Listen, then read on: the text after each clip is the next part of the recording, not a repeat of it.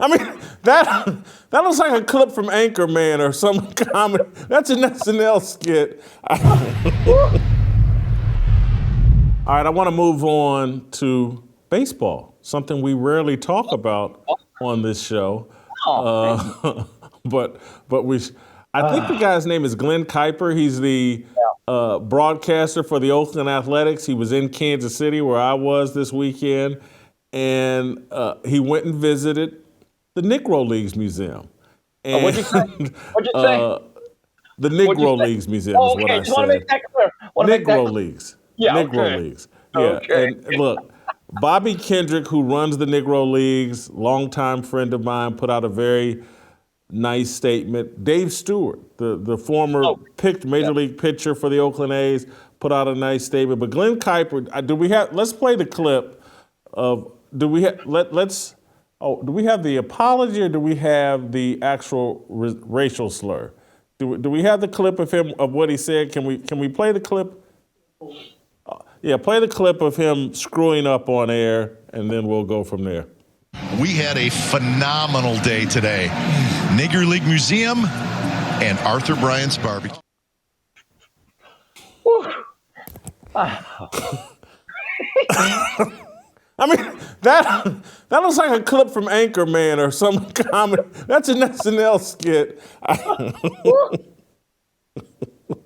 I mean,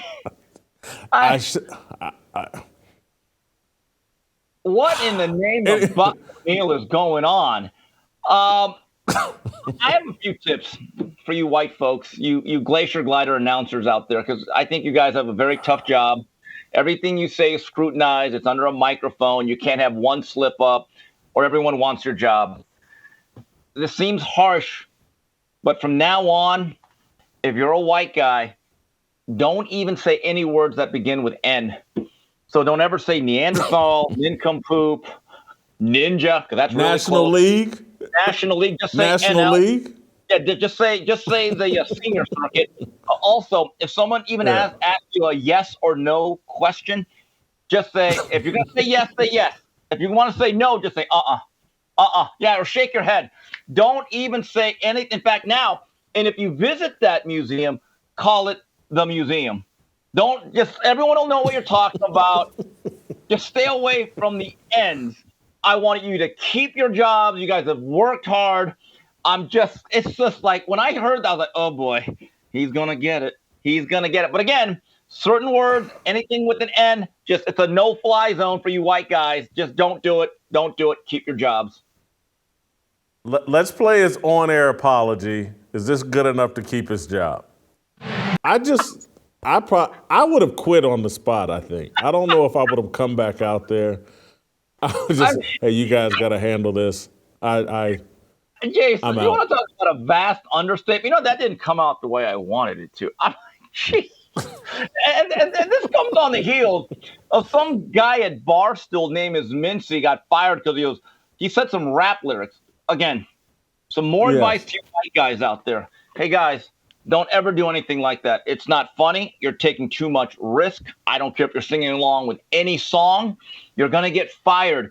And by the way, I don't feel a lot of sympathy for white guys that do that and get fired. If you are that dense and do not know the lay of the land, if you cannot read the temperature of the room of America and understand, as a white guy, or specifically anyone that's not black, you cannot say that word in any context or form. You are playing Russian roulette. So if someone to say, hey, Steve, I want you to read these rap lyrics, I'd get the phone. I'd say, no, I'm not. No, give me Elvis Presley. Give me Lionel Richie. I'm not doing any hip hop because anyone could just drop that N-bomb. Oh, too late. I'm out. So again, for Kai, I hope he keeps his job. By the way, I got to ask you, since you're in Kansas City for many years. Oh, hold on. That's where I was going. That's where I was going. You think he should keep his job? I do, but he probably won't. You know the way. He's been suspended indefinitely. Yeah, look. Listen. I don't think